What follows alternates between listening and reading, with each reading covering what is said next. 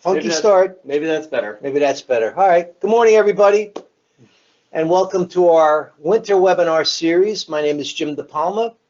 I am the Director of Training here at Darby.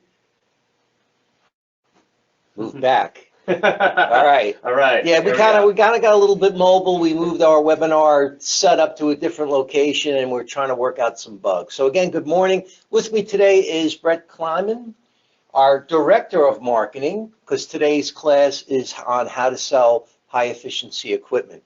And always we thank Christiane Levine for running the board and telling us what to do and to move and get into the right spots. So, what? That's it, man. That's it. You gotta be on your mark. On your mark and ready to go. So this is not a technical presentation today. This presentation came from our last webinar that we did from our fall series, where it was an open forum, and we asked all the viewers, what would you like to see from us? What do you need? What do you want us to do? Some requests we have, we can't fulfill because it's on products that we don't represent or sell. But we had a couple of requests for, I need help in selling high efficiency equipment. Right. Okay. And this territory, New York, New Jersey, is in a spotlighted area, if you want to think about it that way. Mm-hmm. Because we have New York State being very progressive, aggressive in wanting to make the switch away from fossil fuels. Right over to electrification. Right over to strategic electrification. It's already happening in Westchester County. Those contractors there have to have alternatives. In New York City, there's local 97, where if you're a 7-story building and smaller, you have to lower your carbon footprint. So in our territory here, we're seeing these changes starting to happen right away. And can I mention that a lot of the time, people are talking, whether it be online or in person and whatnot, and you want to be part of that conversation. So in social or online presence, you could join that conversation and kind of throw your hat in the mix and just basically add a comment and whatnot in order for you to be counted and for you to be heard. And the more people that are on forums and whatnot talking about it, oh, you're not going to get rid of my gas stove or whatever, over my dead body or something like that. There are, plenty of places online where people are talking about this, and if you say something, you'll be included in that conversation. Right. And you can establish yourself as a professional online as well. So what we're going to do today is go through the different steps in selling. There we are. Thank you, Chris. Thank you, Chris. It made me very nervous not having that screen.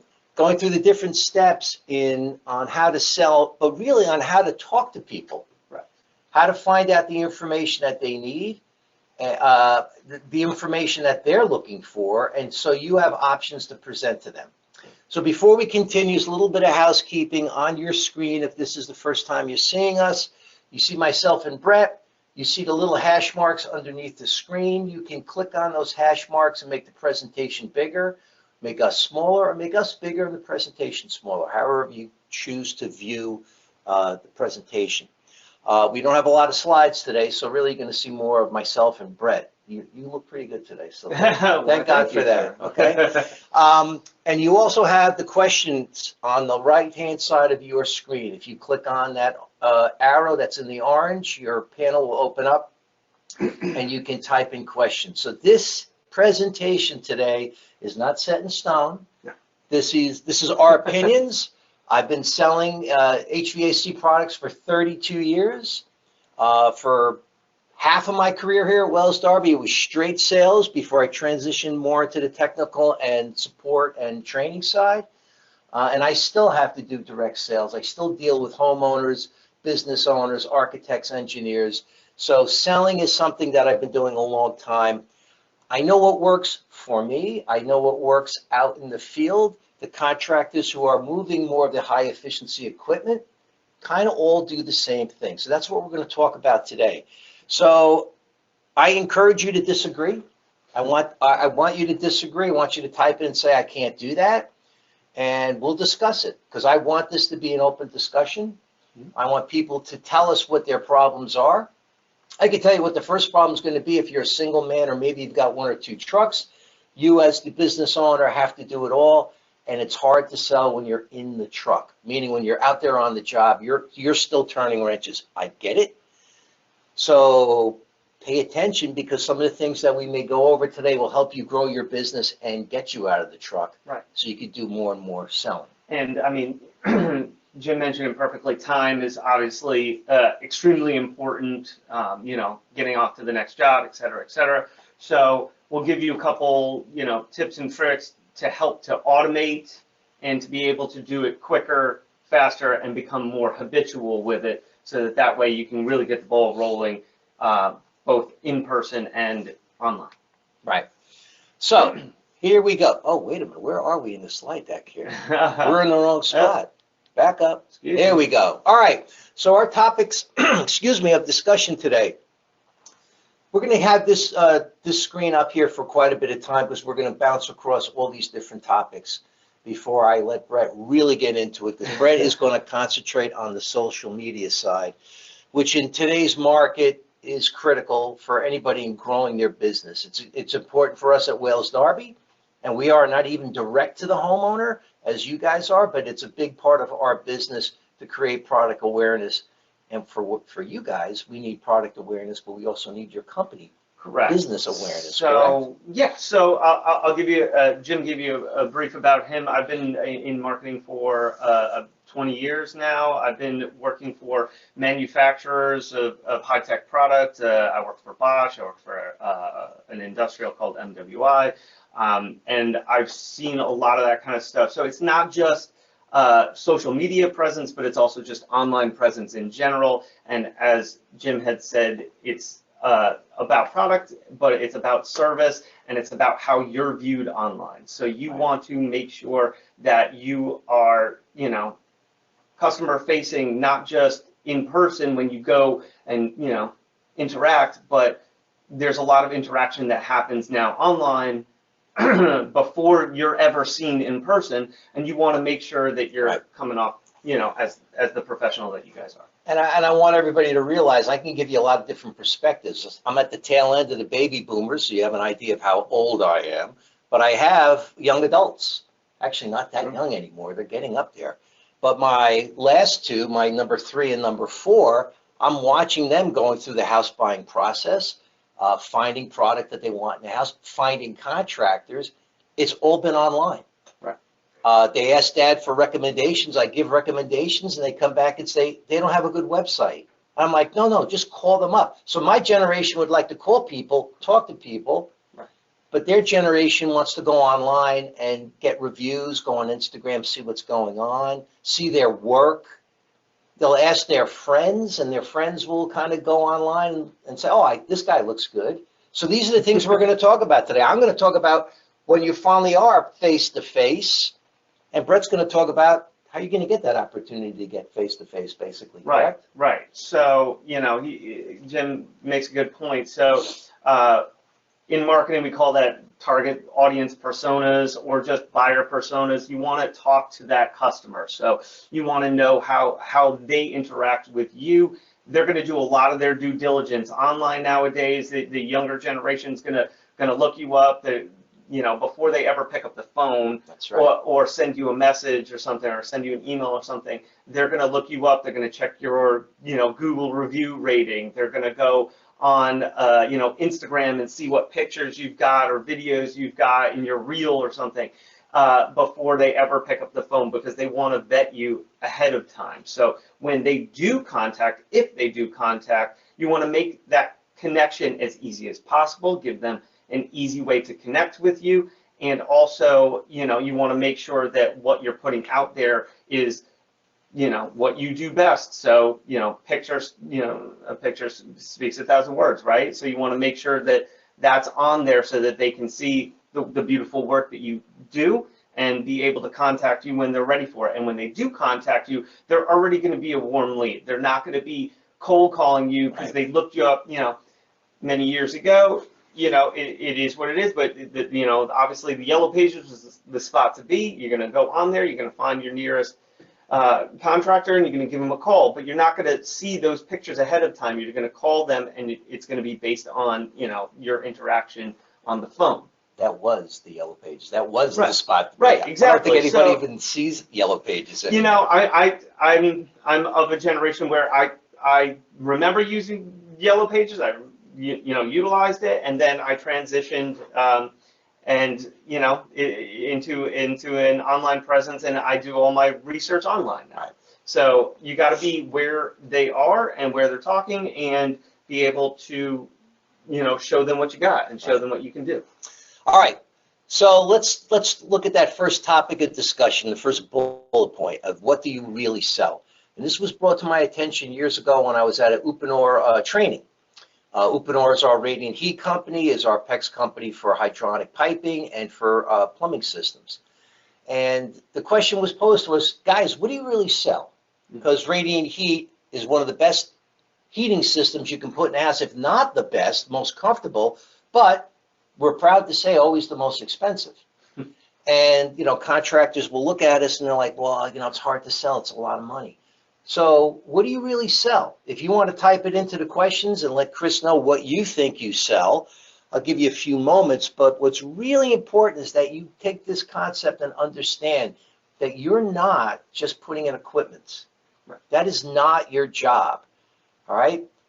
The beauty of what we do in this industry, well, I guess I'll just say it if you didn't type it in, is we provide comfort. Whether you're putting in an air side system, a water side system, or a hybrid system of air and water systems, we do provide comfort. And think about the home you grew up in. Let's say you had a forced air system and you maybe had one thermostat in the house. You know, if you were living large, you had two thermostats in the house. But that doesn't mean that the house was comfortable everywhere. We have the ability today, and we've had it for a long time, to do a lot of zoning. So we are able to deliver comfort. We're able to deliver different temperatures at every different part of the house, whether it's an air side system now or a hydronic based system or the combination of both, these hybrid type of systems, which you're going to have to use. They're going to have to be in your toolbox to talk to Mr. and Mrs. Smith about. So if you start today going to market saying that, yeah, I'm a comfort specialist. I'm also an energy efficiency expert, because people are going to be coming to you. They're going to be forced at times to come to you to say, I need to lower the bill, or I'm being required because of, you know, new regulations in my area where I live, that I need better equipment or more efficient equipment, or I have to change from a different fuel source. I do want to touch on the comfort issue. So, because obviously, how do you convey comfort? You know, I mean, you can talk about it. You can talk about zone control. You can talk about that, but you can also do it. And funny enough, I have experience doing this because I used to work for Bosch, and you know, Bosch was one of the more expensive products out there for thermotech and for heating and cooling. And how do you convey that comfort? And you know, we had a campaign for quiet comfort and whatnot, but a lot of it boiled down to basically pinpointing what you feel as comfort, and being able to visualize that and visualize it in advertising campaigns, email campaigns, all of that kind of stuff, social media and whatnot, but also FAQs and stuff like that. Basically asking the customer and doing a back and forth, basically saying, okay, this is what comfort means to me, and rolling that into a product and a service to say, basically, we can provide not just the product, but this is how it'll make you feel. You know, you're going to be able to have, you know, walk around barefoot in the wintertime because of radiant heat and whatnot, and you're going to be, you know, you're going to be warm when you step off your bed in the morning, or, you know, your shower or whatnot. You're not going to have that cool water sandwich because you're going to be able to provide instant heat, you know, so you're not going to have to wait for that water to heat up and whatnot. So there are ways to be able to bring that conversation back and forth, both online and in person, and be able to ask them that. And you can even put it on your website or in social media posts and whatnot that says, you know, is this the way you feel in the morning? Do you step off your bed and you feel cold? Well, you know, we provide that service, we provide that solution for you for a whole home comfort level that maybe you've never experienced before. So how are you going to do that? You just showed up at Mr. and Mrs. Smith's house. Maybe you got a lead via social media, or maybe you got a lead from a word of mouth. Maybe they saw your truck and they called you up. Okay, so now you're in front of Mr. and Mrs. Smith. And all right, I'm going in there. They told me I'm a comfort expert, so I'm going in there, I'm going to talk comfort. The next bullet point's really important. What are the 3 most important questions to ask at every job? And as Brett just alluded, if you're going to be promoting comfort, I'm going to take care of this and that for you, Mr. and Mrs. Smith. You got to ask them a lot of questions. First question you got to ask them is, what are you looking for in a system? Well, maybe they don't know. Maybe they don't know. And I love that. I actually almost don't want them to know. Because if they don't know, if they look at me and say, well, I'm not sure, that's why I called you, that is your opening to educating that customer as to what's available. All right? I would love the customer to say, I'm not sure, what can you do for me? And that's when you start to ask more questions, and this is your opportunity to educate them. We're not selling them. We're educating them. And I'll explain that in a quick second. I can give you a little example of what's happening because I'm experiencing this right now with my wife and a kitchen remodel. So this is important. We've talked about this. Yeah. So you need to ask the customer, what are they looking for? And I want you to think about this, especially in our territory. The pandemic, I don't know what we were in. We're not in the pandemic anymore, but we're just dealing with it now, right? So we had a lot of people move out of the city into the suburbs that bought homes, especially in northern New Jersey, sight unseen or as is, with no inspections. Well, and no inspections. Well, no inspections. So that means they're going to be walking into homes, or they're in homes right now where the HVAC system could be 25 or older years old and needs TLC. And they're going to be surprised because they could have lived, 20 years in an apartment building, and now they have to deal with this. They have no idea what they're dealing with, and now they need help. So what are you looking for in a system? I have no idea. Wonderful. Sure. Time to educate Mr. and Mrs. Smith. Absolutely. All right? Then we need to ask them, what's my other question? How's the system been operating? Has it been, having problems? What's going on? Very important. One of the products that we represent is Space Pack, which is a product that is an air-driven system. They have their air-to-water heat pumps. This is something you will get into. These are hybrid systems in a way. And on a lot of older Space Pack jobs, changing out the air handler is completely different because we move more air. So it's really important for you to ask that customer, how's the system been working? Because they may have a room or two that doesn't heat or cool well. And they need to tell you this, otherwise you're going to be inheriting a problem that now is your responsibility. So you need to ask, how's it been running? All the rooms comfortable? You need to find out, is there a problem room, and then go inspect and see what you can do to make that better. So far we've asked them, what are they looking for?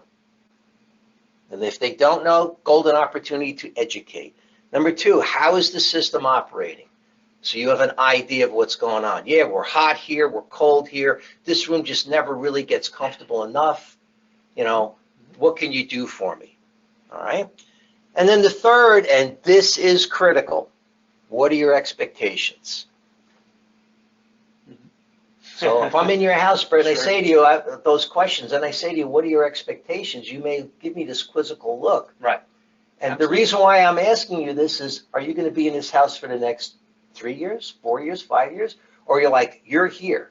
I just moved here. I'm going to retire here. I'm raising my kids here. That's a big difference in what I'm going to approach the customer with when it comes to equipment. One of my mottos in life is you don't ask, you don't get. So by asking those questions, you get an honest response. It's just a back and forth, but you also have that opportunity to educate, and that provides the door to basically you being seen as the pro, the honest and trusted professional. You know what you're talking about, you know your product, you know what comfort it provides you. And maybe these homeowners, I'm in the same boat. I moved back in 2021.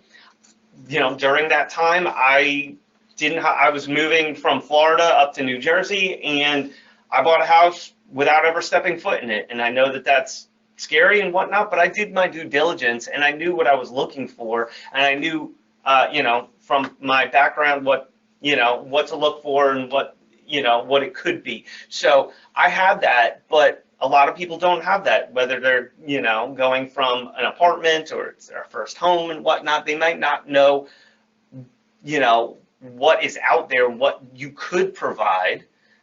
So asking that question and answering it in a very honest way and say, hey, you could have this, you could have that. But if you don't ask that question, you're not going to know the answer. And you have to be specific as well. Right. If you say, well, what are you looking for? They might just say, well, I'm just looking for something to replace the old thing, or I just want heat, in the winter and cool in the summer, but you could provide them that additional information, and you can position yourself as the professionals that you guys are and be able to, instill some trust between the two of you. Correct. So I'll give you a quick example.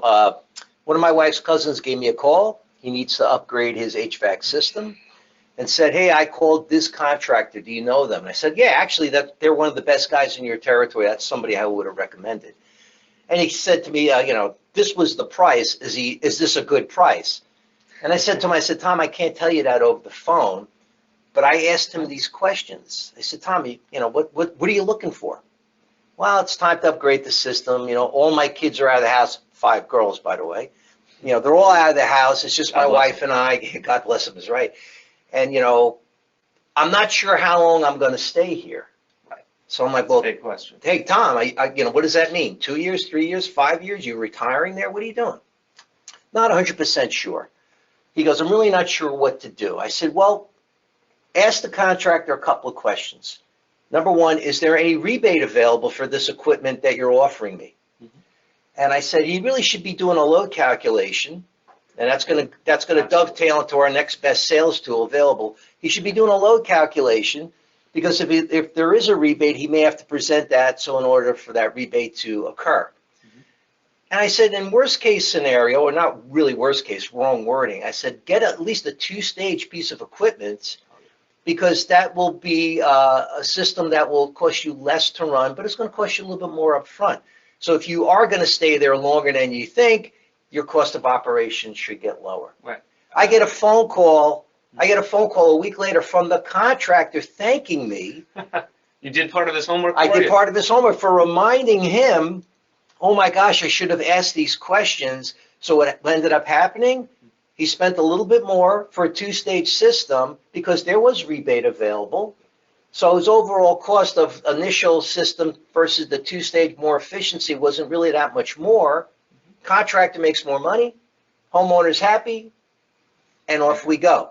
Yeah. Just by asking those questions. That's how important this is, gentlemen. I'll give you an example. I was at a friend's house, little birthday party for her son, and I got into this conversation with one of the dads, and he said, I bought a house upstate New York, and I'm looking to upgrade the system, and he said, I'm thinking about geothermal, and I said, actually, you could talk to me all day about geothermal, because I was the marketing manager for geothermal product for Bosch for North America for many years. And I started asking him questions, and I said, well, how long do you plan on staying there? Are you in it for the long haul? Because there is quite an upfront cost that is associated. Do you have the yard for it? Do because you're going to have to put in a whole loop field and whatnot, how close are you to your neighbors, et cetera, et cetera. But, we had this long conversation about it, and after I asked him a bunch of questions about it,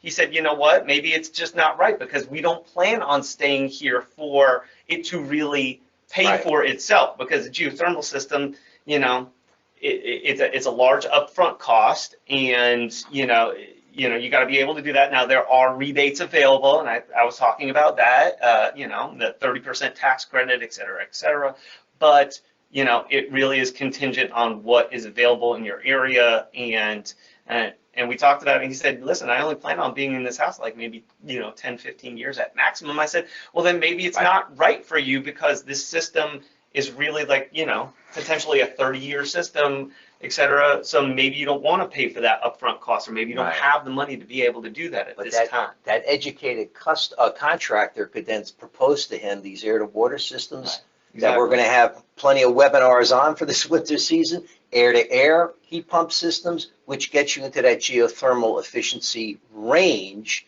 for a lot less money. Right. But you have as an overall system. So he gets that friend of yours can still see the efficiency savings, but he's and not I did putting talk all to him that about money that out as well. front. Yeah. Exactly. And it really comes down to what are your pain points and what's your situation. Yes. So you've got to ask those questions to be able to hear. Say like, what bugs you in the morning, kind of thing. Or is it when I was in Florida, for example, I had a one-stage system and it bugged me to the end because it was constantly, you hear that click on. There's no cycle up or anything like that. You hear that boom when it comes on and whatnot, and it's either on or off. There's no two-stage. There's no inverter technology in it, and it's like, well, if you don't know that, and when a guy comes to your house and he doesn't ask you that question, maybe they'll put in the one-stage system because it's cheaper. Because maybe they ask, well, what's your bottom line? So you got to ask that question. Yeah, don't ask for bottom line. No, ask for what is going on in the house. And Brett said the key phrase: pain points. All right, what is the problem at the job, and what can I do for you to fix that? People will make decisions. They will change equipment or make decisions when the standard, when the what am I trying to say? Where the status quo is just too painful. Right. And at that point, I got to make a decision. So if they get a really high fuel bill one month and they're like, I got to make a change. That's when they're going to make a change. This is your opportunity to find that out and then educate them to what is available. Perfect scenario. All right. So those are the three most important questions to ask. What are you looking for? How's the system been operating? What are your expectations? And never go in and just tell the homeowner, well, this is what you're going to get. Because this is what's happening in my house when my wife is looking for a kitchen renovation. She's had two designers come in and say, well, you can only do this and that's that. Well, they're out because she wants options. And we have to be able to give options. And in my world, when I talk to a contractor, I say, if you're not walking into that house with at least 3 options for Mr. and Mrs. Smith at minimum, and if you want to go, best, better, good, that's what you should do. But if you don't have at least 3 options, you are shooting yourself in the foot and you're leaving money on the table. Absolutely. Very we important. want to, and it's like a mental game, but I mean, that comes into, not customization, but it makes the homeowner feel, basically that they have some say in it and they have some customization. I mean, I always enjoy, I've been doing a lot of house projects since I bought that house. And, and to me, being able to choose that, even if it's only 3 choices, that gives you a sense of, not accomplishment, but it gives you a sense that you're owning that solution. Well, listen, the systems that we're talking about, we have webinars coming up that'll go to the end of March that are going to be air-to-water heat pumps, air-to-air heat pumps, hybrid systems. So these are high efficiency and not low ticket items. These are going to be some big ticket items.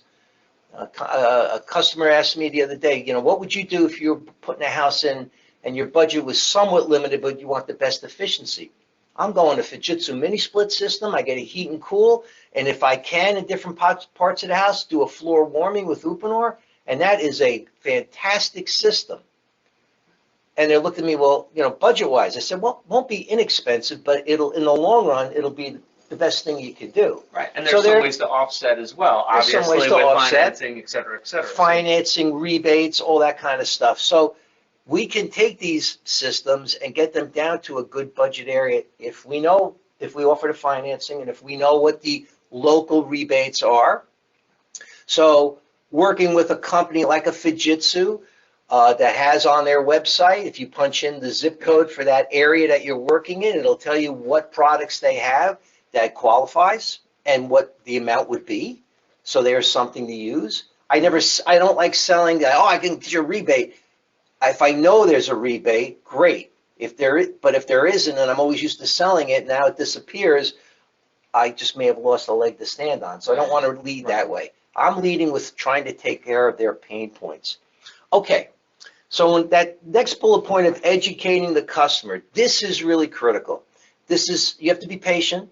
All right. So when you schedule time with Mr. and Mrs. Smith, right? You're Mr. Smith today, by the way. All right. So if I schedule time with you, Mr. Smith, that means I'm not going to be antsy and have to get out of there in 5 minutes.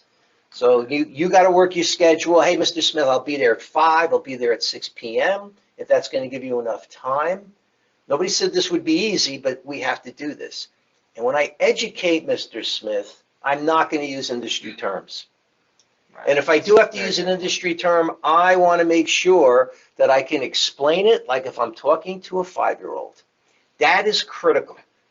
That's a comfort level that you will give Mr. Smith and Mrs. Smith so they understand and can make that decision. If we start using terms that they don't understand and we can't explain it to them, you're going to scare them off. Absolutely. Absolutely, you will scare them off. I don't want that one. Just give me something simple. I've been with contractors and the conversation is going that way and I can't interject and the homeowner says, all right, this sounds way too complicated. Just give me something simple. Yeah, you scare them off. You got to know your buyer. And we we walk away and I said to them, you didn't explain to them what they needed, or what could help them. You didn't give them an option. So, and that requires practice, gentlemen and ladies, if you're on here. That requires practice. You've got to practice. Selling is a skill. Selling is education. I sold more product here at Wales Darby, the more technically astute I became. You like that word, astute? Love it. Pulled that out of here. And I was able to educate anybody who I was speaking to, whether it was the purchasing agent at a wholesaler or a contractor or with the homeowner and a contractor. If I can educate them, we were able to move more product and better product with more options. Well, you said it earlier too, that you were selling comfort and not necessarily the system. So the technical part might be the product itself. The comfort might be the solution that's easier, that's an easier softball to be able to hit out the park. So by giving them the solution more than the technical product information, that might do a world of good, right? And there's there is one bullet point up there. It says it's all about the price. We have to get this out of our head, gentlemen. The things that you're going to be discussing, these high efficiency systems, are not low end. So if I came into Mr. Smith's house and he sought me out because I can do these systems, and he's asking me questions and everything, and I did this with radiant heat. Best heating system you can ever put in somebody's home, but it's going to cost the most money up front. Right. And somebody would say to me, hey, I hear this is a lot of money. I say, absolutely it is. I'm addressing the comfort level that it provides. Right, but what I'm doing is I'm addressing that right up front. Look, this is expensive. I know it's expensive, but it's the best you can get. Well, if you go based on price only, it's a race to the bottom. Oh, absolutely. You'll never make money. You'll never get out of the truck. You'll never grow your business if that's what you're doing. Right, but to your point, how do you get over that price hurdle? Because obviously, price is an easy, an easy out. So how do you get over that? And it depends on what the customer is looking for, right? So one of those things might just be the service level that you guys can provide, that will put them at ease, right. But just talk like I'm going through this with my... Or maybe it doesn't require as much servicing, right. et cetera, et cetera. With my wife in changing cabinets. Well, there could be, $5,000 difference in cabinets. And every person we've spoken to, when she's looking at different cabinets, and then we're letting them know what we currently have, well, these cabinets, yeah, they do cost the most, but they're really, really good. But they'll cost you more. And that's not phasing us at all, not because we have the means, it's because we just don't want to put something in that in 5 years I'm going to regret. So that's the way it works for us. Your customer may say, I got a budget, I really can't go there. And then you have an idea of where you're playing. But, I'm never ashamed to say right up front, hey, this is going to cost you more. Mm-hmm. But this is what it's going to do for you. Right, but you see, he followed it up with a solution. So, right. And maybe they get the higher end system, but they finance it or whatnot in order to be able to do that. Right. So it's all about options. So I want to move along here because I can tend to just talk all day. All right. So educate and practice. You have to practice. Practice, practice, practice. And after a sales call, review it with yourself. Geez, what did I stumble over? What didn't I do well? You know, what didn't they understand? What should I work on to explain that better? What's a better scenario? You know, really brief example, when I ask a contractor to explain inverter technology, to explain outdoor modulation, because that could be off of a condensing boiler, or inverter technology, that's off of your, you know, high efficiency heat pump systems. What is that? And they start going into, well, you know, all these different technical terms. I'm like, no, no, no, no, no. Mr. Smith, this system is going to modulate just like cruise control in your car. Right. Mr. Smith understands what cruise control is right away. Something easily digestible that they can then process and say, okay, yep, I get it. Exactly. So, you know, when I'm just on the flats, I'm running at low RPM. So we've met our temperature based on outdoor temperature and indoor temperature. We're good. All of a sudden it gets colder or hotter outside, just like climbing a hill. The system needs to put more energy in there to deliver the comfort that you need. No different than cruise control. Everybody understands it. The guys who use it say, hey, Jim, you were right. Everybody got it. So you just crossed that big hurdle, and now they're interested in that. They want that. Education, key. All right, best sales tool available. All right, so this is going to be two different sales tools. All right. So for me, since I'm on the technical side, it would be doing that load that the house needs, whether it's for cooling or heating.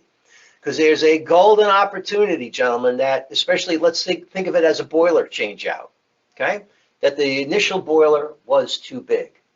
And they may have more baseboard than they actually need for the load of the house.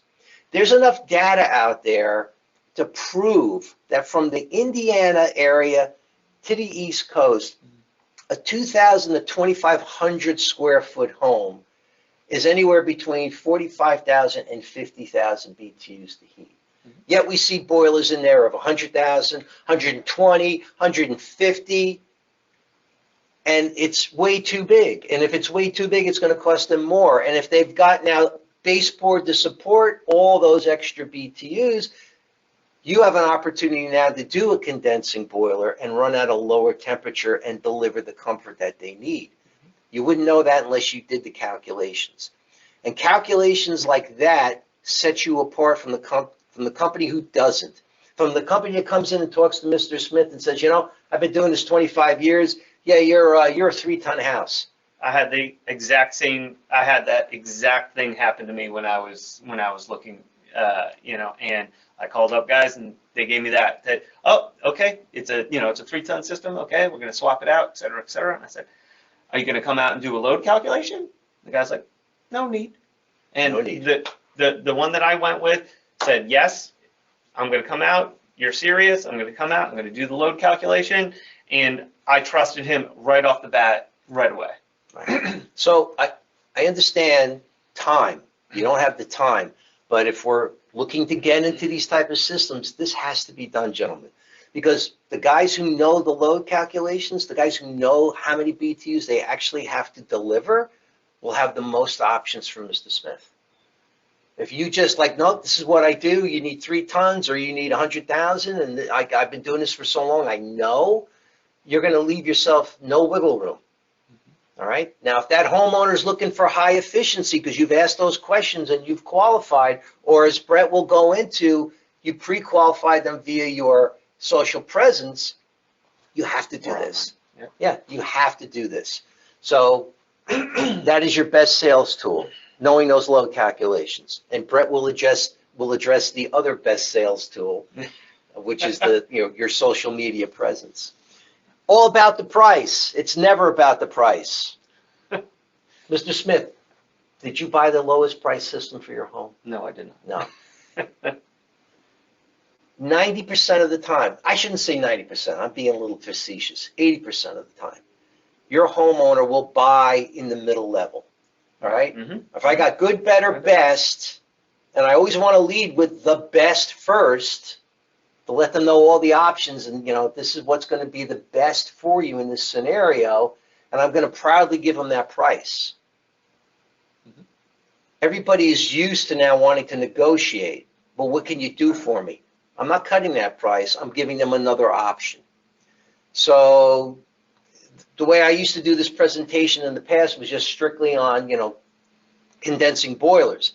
So if I'm going to use that as my example, my best option for Mr. Smith would be a condensing boiler because I know he's got more board than he needs. I can run it at lower temperatures and it can be more efficient.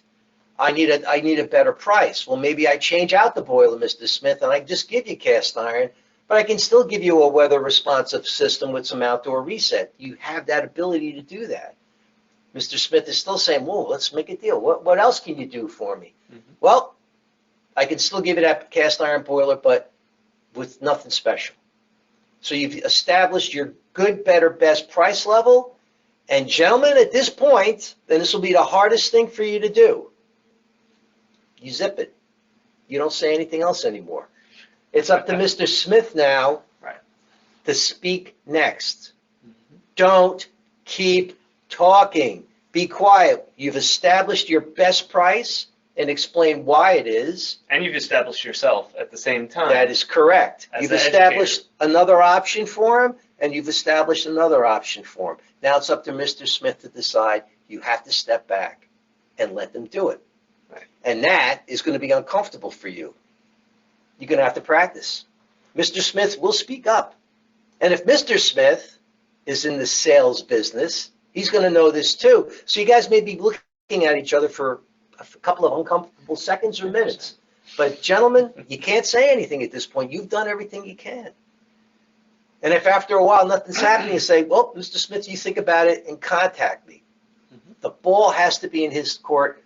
You can't keep selling him anymore. You're done. You've done your pitch. You've done, yes, absolutely. You've done your pitch. You have to, have to mull it over and whatnot and come back and think about it. One thing that, happened with me was one of the things I wanted was inducted a ducted humidifier because my wife is, she's worried about the dry airs, so that was one thing that I added to my system after the fact. Now, did my guy ask me about that? No, but if he would have asked me about that, I would have told him right off the bat. It would have been in the proposal when he gave it to me. So there are opportunities to add in that and let them mull it over. But yeah, absolutely, yeah. Mr. Smith has to mull it over and come back to you, and that's it. But you've done your job. You've educated that customer or potential customer, and they have to decide on their criteria what is the best solution for them, and that includes whether going with choice A or choice B, but also product as well. Right, and that kind of brings you back to the second bullet point of what's the three most important questions to ask. You may walk into the house and they say, look, don't sell me, I just want X, Y, Z. I still ask those questions because they only may know X, Y, Z. Right. They may not know anything else. Just ask those questions. If they want play and answer, fine. If they don't and they're just insistent on this is what I want, this is all I want, okay, fine. Now that might come from them, doing, self-educating online and whatnot, seeing what's out there. Yep. But as the professional, you can come in and say, my professional opinion is this after doing the load calculation and whatnot, and then you'll be able to further educate them. Maybe they didn't see everything online that they could have seen. Right. Because listen, once you have the load calculations, that's all the hard work that's of the selling process. Once you have the calculations, yeah, you can come up with your best price, but then just changing equipment, it should be simpler now to get the next price levels. That's not a lot of hard work at that point, but it takes time. So these are things you got to work on. All right, so that's the price. And whose money is it? This one kills me. This one kills me. I've got contractors who come to these classes that we do. They come to our webinars, and somebody in that class will always say, especially when we're talking about higher end or hybrid type of systems, which again, this is what our winter webinar series is going to be all about, so stay tuned. They'll say, you know what? I'd never put that in my house. I'd never spend that money for my house. Okay, that's fine. That's your house. But when you're talking to Mr. Smith, you have no idea what his budget is. You have no idea what he plans on doing with his money. Let him decide. You don't decide for him. I would never put that in my house. I'm not offering it to my customer. Would you put that in your house? They'll ask me. I'm like, yeah, if it works for me, I'm going to do it. back in college, my roommate in college, he used to, he used to work at a ski shop, and he said one of the things I learned really early on was if I say, "Oh, I own this jacket," this is a great jacket, I own this jacket. There, he automatically puts his customer at ease of saying, "Well, if this ski pro is touting it, then yeah." They feel a little bit more comfortable that way because, but if you're saying, I would never put this in your house, you're putting yourself at a disadvantage, Right. Off the get-go. Now, if we're going to be the true professionals that we are, and I'm in somebody's house that I know by asking them questions and looking around and getting the age of the house, very important. Oh, this house was built in 1920. They're going to have poor insulation unless there's been an upgrade or a remodel somewhere in the house. All right. So going with, these high efficiency systems that we're going to be talking about, these are generally low temperature output systems. That might not be the best system for that house unless they're going to do some upgrades in windows or in insulation. All right. That's very, very important. So asking those questions up front and getting the age of the building, that should help you figure out, okay, this is the type of insulation, this is how tight the house is. You know what? If they're not going to put any money there, this isn't going to be the right system for you. You should really stay in these areas. This will be the best. If you intend to do that in the future, okay, you can start that way, but you would need to do X, Y, and Z up front to get the best out of the system. Right. And these all come from the questions that you're going to ask them. And I've Are dealt you planning with this on upgrading your insulation, your windows, et cetera, et cetera. And I've dealt with this within my own family of, one of my kids buying a house built in 1920 being insulated with newspaper. Oh, yeah.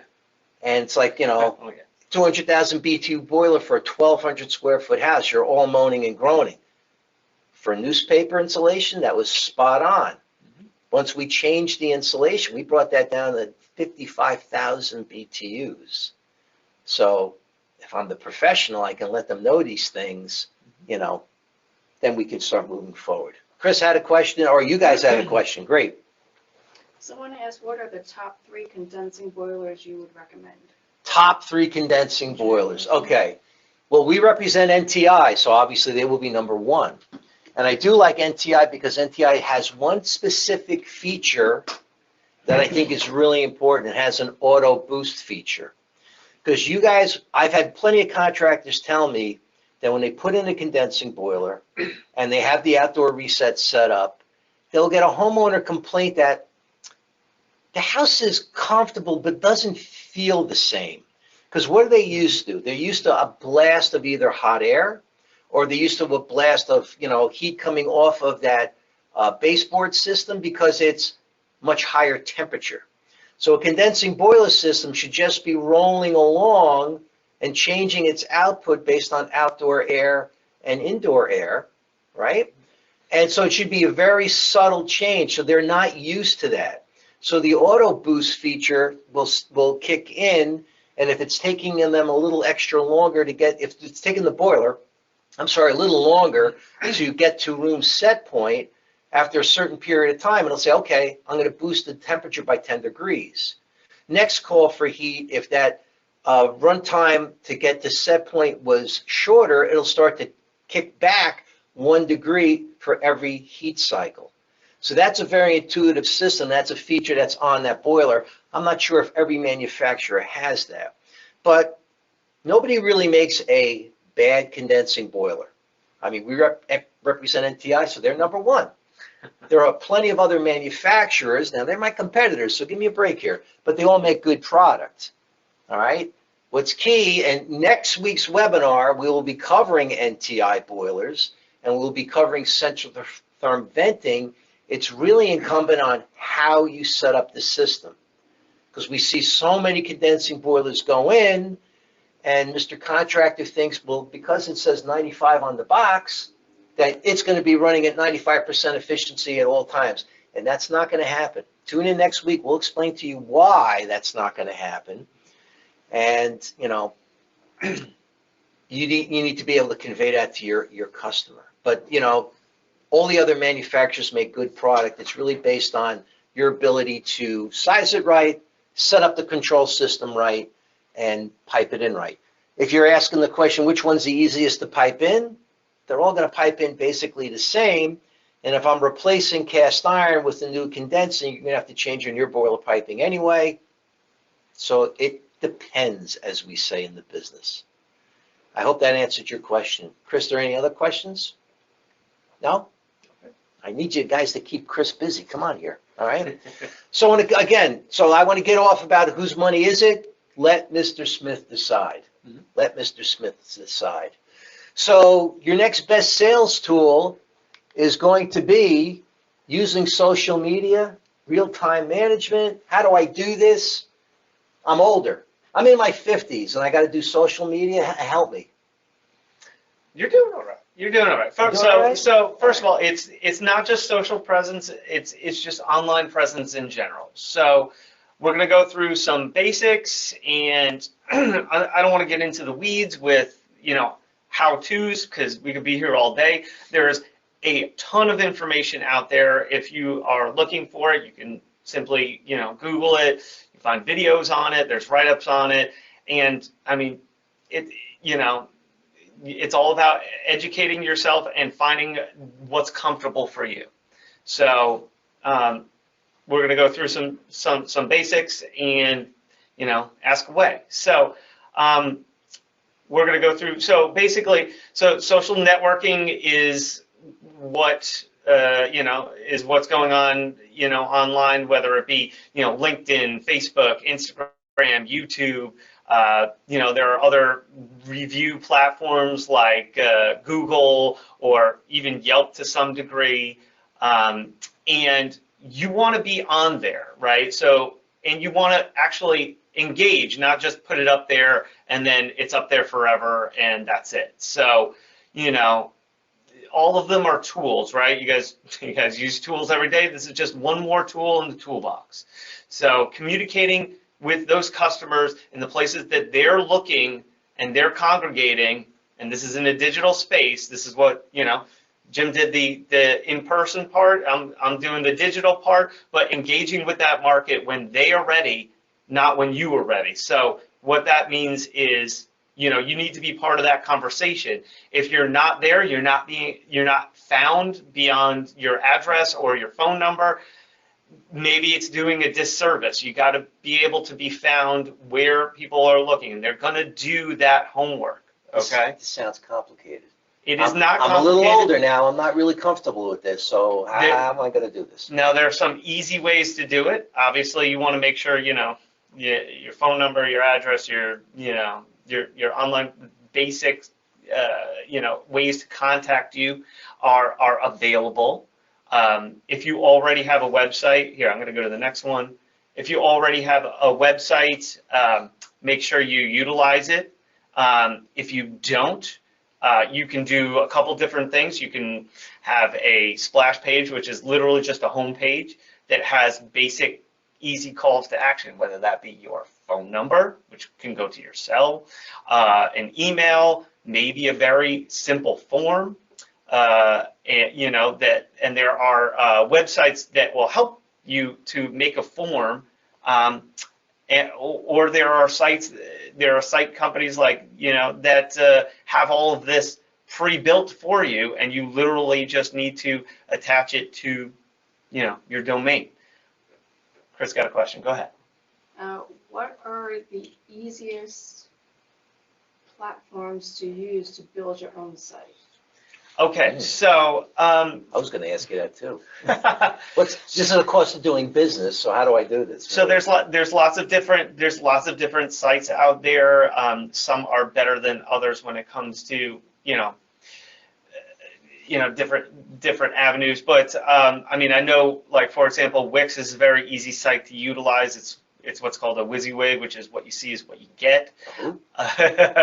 It's called a WYSIWYG, but okay. Basically it's a very simple setup where it provides you easy tools, and they're very visual tools and simple formats, simple forms that you can fill out, easy content creators that are similar to Microsoft Word. So it's a simple platform that can They can get you set up if all you need is basically an avenue to post some pictures and of recent installs and a very simple form, or like I said, even just an email and a phone number. That might be your best bet. If you want to take it a step further, you can. There are plenty of companies, local and further out, that you can contact that will provide you a service to build out your site for you. Similarly, if you don't have a social media presence, there are also companies that provide that service for you, to set you up on social channels, to start your feed, maybe even to manage your feed if you want. So, it really depends on your comfort level. Yes. If I pay someone to help build my website, what's the average cost I can expect to be paying? Great question. It's a good question. It really depends on how many bells and whistles you want on it. That's a good question. To get me started, where do you think I should be? That's a great question, because I was going to ask you, to be honest with you. I haven't done this in a very long time. I used to build sites many years ago when I got out of college. Certainly a couple grand just to start, just to get the basics down. A couple of grand, so we could say maybe from $4,000 and less? Yes. Okay. Yes, absolutely. I'm not trying to certainly. But you can get set up quite easily. I mean, I know, like, for example, I set up a small sub-site in an afternoon. So this can be accomplished in a day if what you're looking for is just a couple of pages on a contact us page, a home page, maybe a page on, obviously an about us and a gallery of imagery. If that's all you're looking for, you can accomplish that in an afternoon, in a day, and companies or freelancers can do that. And you can go on freelancer sites, in order to build out that kind of thing. Like, there's a million freelancer sites out there that you can contact. Where do you find those freelancer sites? Well, you can Google it. You can Google it and find it locally. I mean, I know there's little sites like Fiverr and whatnot that will provide little services and whatnot, but there are many local companies. If you Google your zip code and website building, there are companies out there that do utilize that. I know my brother-in-law does that as his business. So if I Google, like, website development for small business? Yep, absolutely. Okay, I could do something like that. All right. So, and that's good. And that kind of brings it back to what I was saying. So about being able to be found. So those companies that are local have done their due diligence and put their information out there so that you can find it via a search engine. So, most people utilize Bing or Google. Those are the two main search engines that cover about 90% of all online searches. You can do that from your phone, and it's on the fly. So you want to be able to have your information out there so that you can be contacted. You are the face of the company, right? And the calls to action, right on here. Make sure that your information is out there, your website, your phone number, your email. If you have a Instagram or a social channel and whatnot, you need to have that on there as well. There are other avenues to contact you. I put on here WhatsApp is one that's utilized internationally quite a bit, but it's also used in the US as well. It's an easy text program that you can have on your phone, that you can get messages from your website, and you can connect your website to WhatsApp with a simple plugin. I have to say that the easiest, going back to the question that was asked earlier, one of the easiest ways to get a site up there beyond like WYSIWYGs like Wix is WordPress is a very simple openware software that many sites are built on. Wales Darby just went through a complete website redesign, and it's all built on WordPress. And you guys can do it as well. I have my own personal WordPress site. It's easy to update, but like I said, a lot of those local companies that build out websites can do that for you, and you can certainly ask for a WordPress site. They're probably going to offer that as the #1 choice. Okay. Instead of, custom built. Back in the day, it was custom built sites because WordPress didn't exist. WordPress is open freeware that you can utilize, and it's built on a pretty secure platform. I mean, years ago, there was a wholesaler that jumped on the online market to sell products online across the country. He actually went to the local high school, the Votech department, which was a little progressive at the time and had students getting involved in web development, things like that.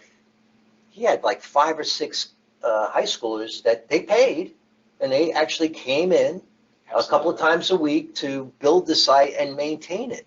Absolutely. So those kids got work experience, and he got his site. Absolutely. So I mean, I'm just saying it could be another option for you out there. It's gotten extremely easy to have a site built, and like I said, you can do it in a couple of hours or a day, depending on how much you want to scale. Right. Okay. Right. So anyway, so this is just basics, online presence. Make sure that you have a little bit about you, and whether it be on your website or on social. I know guys in the industry who do not even have a web. We were talking about this the other day. Maybe they feel a website isn't even necessary at this point. Maybe just their Instagram is enough, and that's how they're finding so many customers. They don't even need a website, But then, huge for some of these guys. Even then, on your social media, you want to have some of this information. You want to be able to be contacted. So whether that be your phone number, your email, however you want to be contacted, maybe a message straight out of the social channel. That's how you can be contacted. You just want to be able to make it as easy as possible to be contacted, because ultimately when potential customers feel that they are ready, they've seen what you can do through picture or finding you online, or maybe they look up your review rating on Google and see your star rating. You say, you know what, that's how I do my due diligence when I'm looking for somebody to help out with the house. I look online, I look at their reviews, I look at maybe their social media, maybe I go to their website, and the first step that I usually do is I go on Google and I type in my zip code and I type in whatever I'm looking for, and I look at what's nearby, okay? And then, I'll look through and dig a little deeper. So I'm an educated buyer, and I'm already warming myself up. You talk about, like Glengarry Glen Ross, like you want the hot leads, but you want those hot leads, but how do they get to be hot leads? They do their due diligence, man. They warm themselves up before they contact you already nowadays. Right. Okay. I'm watching two of my kids go through this, and that's exactly what they're doing. I can give them a recommendation, but they're first going on social media. They'd rather start the initial contact via email.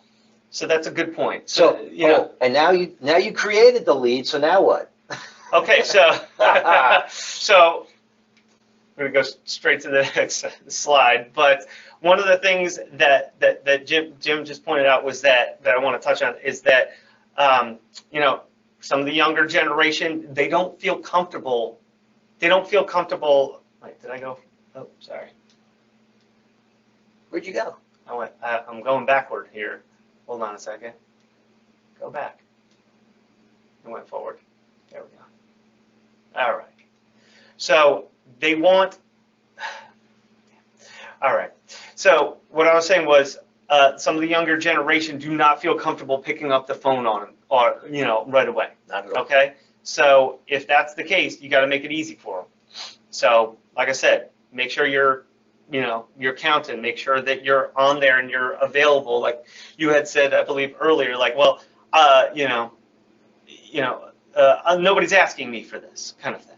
And if nobody's asking you for this, well, do you have pictures of these already installed? If so, put them online so that they could be found. Okay. Posting Stuff them, like that. posting them on Instagram. I know one particular guy, every day he does a picture of one of his jobs, and he's always doing a high efficiency job. Mhm. And, another job, with this condensing boiler, or another job with this, this particular heat pump. And he'll put the town that he's in. Mhm. Mhm. And this is what he's doing every day. And these are the jobs he's putting in. Right. So And he these could are do now that the from warm his. He or could the do hot that, leads. Yeah. and he could do that from his phone. Yep. Right away. Tag it. He can tag it. I mean, in this slide, you can actually see, like this is an install job. Tagged it, with an at, you can use the at symbol. You can tag others who have helped you with this When kind you of say thing. tag, what are you talking about? So- I don't get that. So if you see on this slide, I'll give you an example of an install job, Point right? there with the pointer. You And can highlight it. that's all right. But so in here you've got I'm sorry. So it's got a recent tag. It's got a tag with somebody who helped them out with that, and then right below it you also have a bunch of hashtags. So what this is doing is this guy is pinging off of somebody else's Instagram handle. So he's basically saying, okay, I helped out with this job, and he's borrowing off of this guy's following. So not just his main following, but he's also now going to be shown on this other guy's following. And so you're automatically widening your audience range by doing so. So you're tagging others who have their own followers, and then now they're going to see that you're, in the industry, you're doing good work, and you're proud of what you've done. And below that, he's got a bunch of hashtags, which will help you to be found online for those who are actually looking for that tag. Okay? Okay. So it's helping to widen your audience range. And what ends up happening is once you get that ball rolling, once you become habitual about, you're in a job site, take a picture, post it on there. Now, a lot of the social channels have now provided very easy way. Even Instagram and Facebook are now linked. You can link them together so that when you post on Instagram, it automatically posts to Facebook, and that includes both video and pictures. Fabulous. So you can post that automatically across two channels, knock that out in 2 seconds. You don't have to, go to your web, back, before social media, you had to go to your web person and say, hey, can you post these pictures on here? You could do it. You could do that right away. And there are also plugins via your website if you decide to go like a WordPress website or something like that, that will automatically post these social pictures to your website. We actually just did this with Wales Darby, where there is a social wall, and it's free. These plugins are free.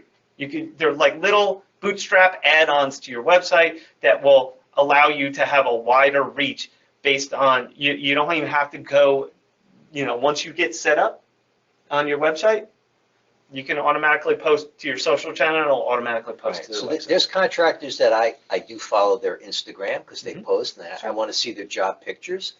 And A lot of our product, too. a lot of our product, and there'll be guys within the territory and out of the territory that will follow them also, and they'll comment, great install, looks beautiful, you're on fire. So right down here, yeah, you got the Yeah.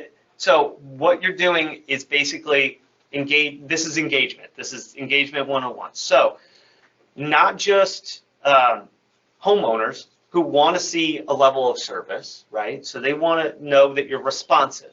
So if you're looking on Google, for example, when you find a local contractor in your zip code that you're looking for, okay, you're also, maybe you'll see your star rating. If that star rating is low or something, you're less inclined to, the homeowner's less inclined to contact them. But if they're, so obviously you want a higher star rating, and we'll get into that for a second. But not just that, but if homeowners see that you're responsive to issues, whether it be on your reviews or on your website or in your social media platform, then to me, that provides a higher level of service that says, you know what, If I'm in a pinch and my my hot water heater popped or whatnot, I know that this guy is on it when I call him, okay? Gotta Or when I respond. text him. You got to be able to respond. If you leave a review for 6 months and it's a bad review and there's no response to it, that's not as good. That's not as good of a look. If you have a bad review, okay, there's nothing you can do about that. But what you can do is you can respond to it quickly.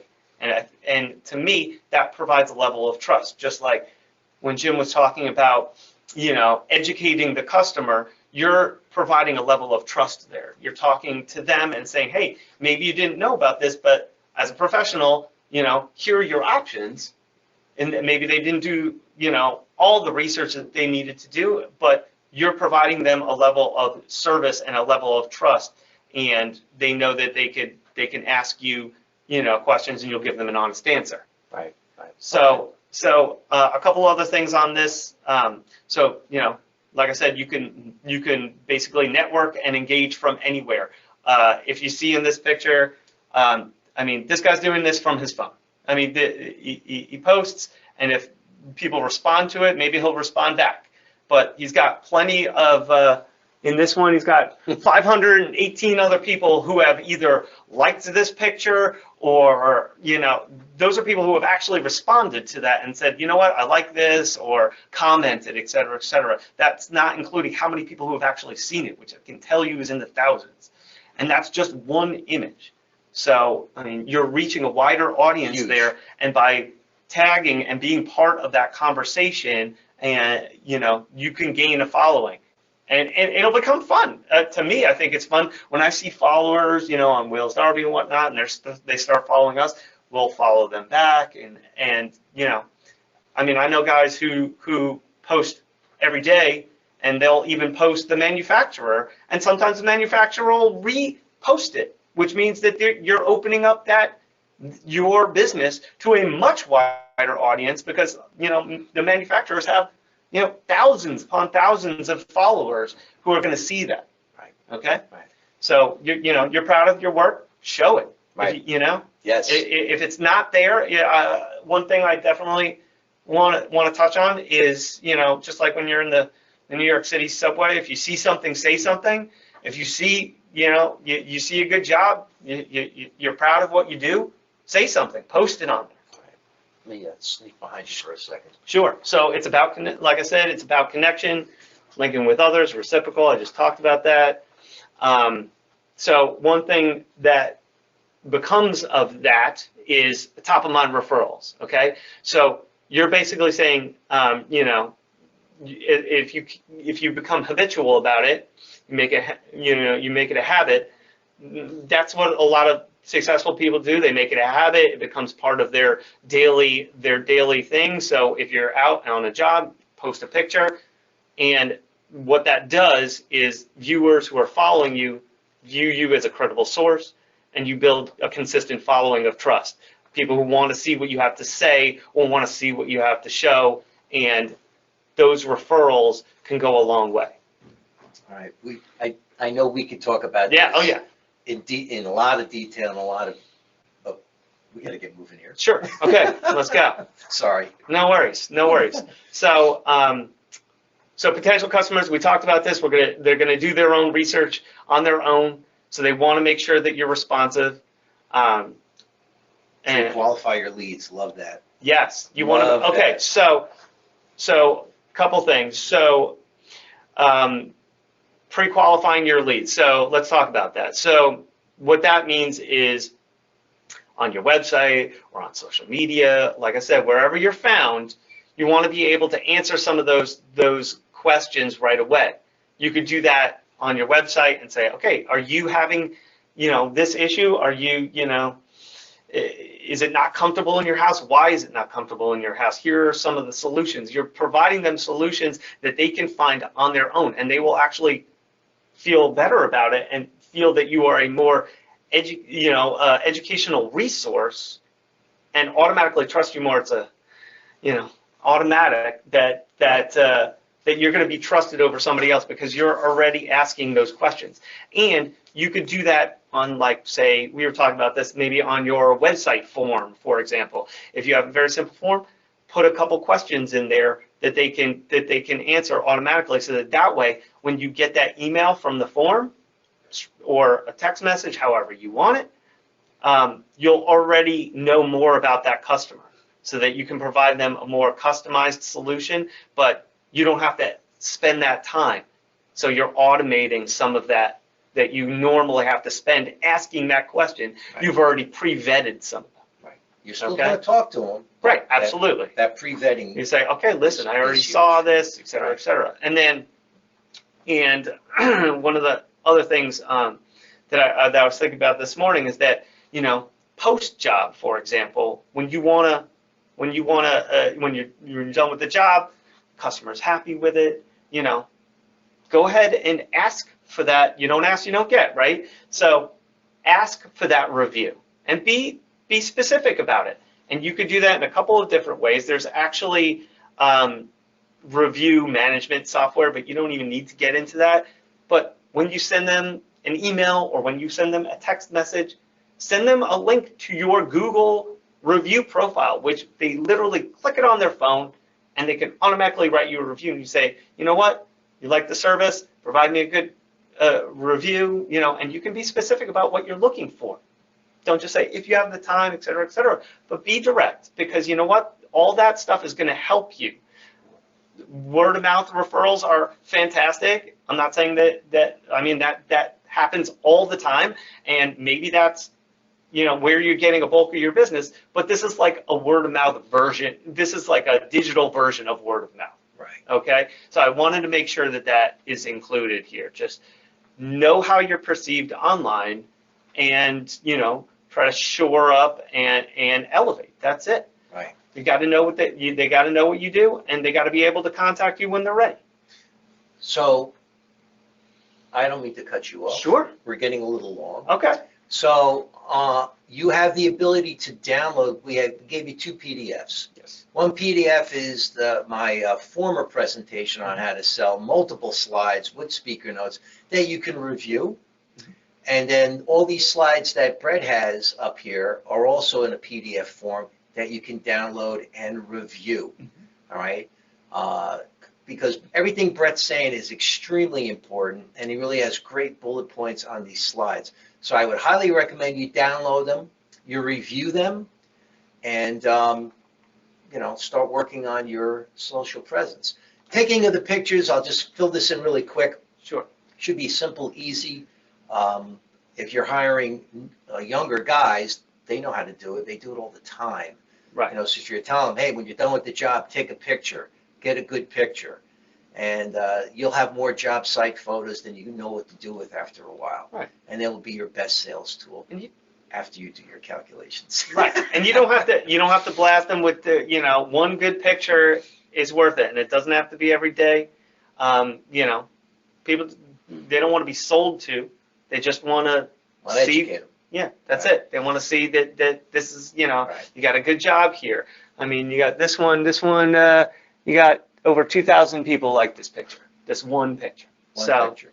There you go. So and like Jim said, got some younger guys to ask, to help you out and make sure that the pictures are taken. But most people nowadays, they got their phone, they got Sure. a camera right on there, snap a good pic, and post it up. So your next slide of the summary, a nice quick wrap up on the social Yes, sir. media side, Mhm. right? Absolutely. So this is all available via the download, like Jim said. But be genuine. You're proud of what you do. So you need to find out what works best for you. Just be connected, be found, and you'll certainly gain a stronger following, and you'll be rocking and rolling there. Fabulous. So I want to thank Brett for joining me today. This is something he normally doesn't do. I had to twist his arm a little bit, but I feel this was really, really important. Because the face-to-face, yeah, I'm very comfortable with that, but this side of it, this is, I'm an old dog. This is new, and I learned a tremendous amount. So really, thank you. I really appreciate your time and the information you gave. Download that PDF, especially if this is something you really need to do for your business. Brett put together some great information, okay? So this is the start of our winter webinar series. We wanted to start off with the sales to get you excited about the next classes that are coming up. Next week, we will be doing NTI and Centrotherm, myself and John Resso. So again, another high efficiency product. We'll be talking about that. Make sure you're going to install it right, what to look for, to make sure you're going to size it right. Those are the things we'll be looking at. After that, we'll go into Electro, the next webinar on February 15. And that'll be, we'll have the people from Electro on with us. That'll be my New York boys, Anthony and Rick. And they'll talk about all the different options you have on the electric side for either boilers or air-to-water heat pumps. We'll get into A.O. Smith tankless and A.O. Smith heat pumps in the following webinar. And in our territory, heat pump water heaters are a huge item right now. We'll get into Space Pack, which gives you huge options when it comes to the air-to-water side with their Solstice heat pump systems. Taco System M. Taco System M is Taco's version of an air-to-water heat pump that can give domestic hot water. So you definitely want to sign up for that on March 8th. I'll be back for Radiant Heat, so we'll talk about Radiant Heat and different ways of making sure you're going to install that right and how to sell it. We'll be getting into Fujitsu like we always do, and that is going to be a very strong product going forward for you, especially in this territory, because of its efficiencies. And our last one will be, in the world of Fujitsu, all the different resources to help you sell and size the equipment. So I want to thank you today, Brett. Thank you very much. Really Absolutely. appreciate it, man. It was great. Chris, thank you very much. Download those PDFs, and we will see you next week on the 8th. Thank you very much. Have a great day. Thanks, everybody.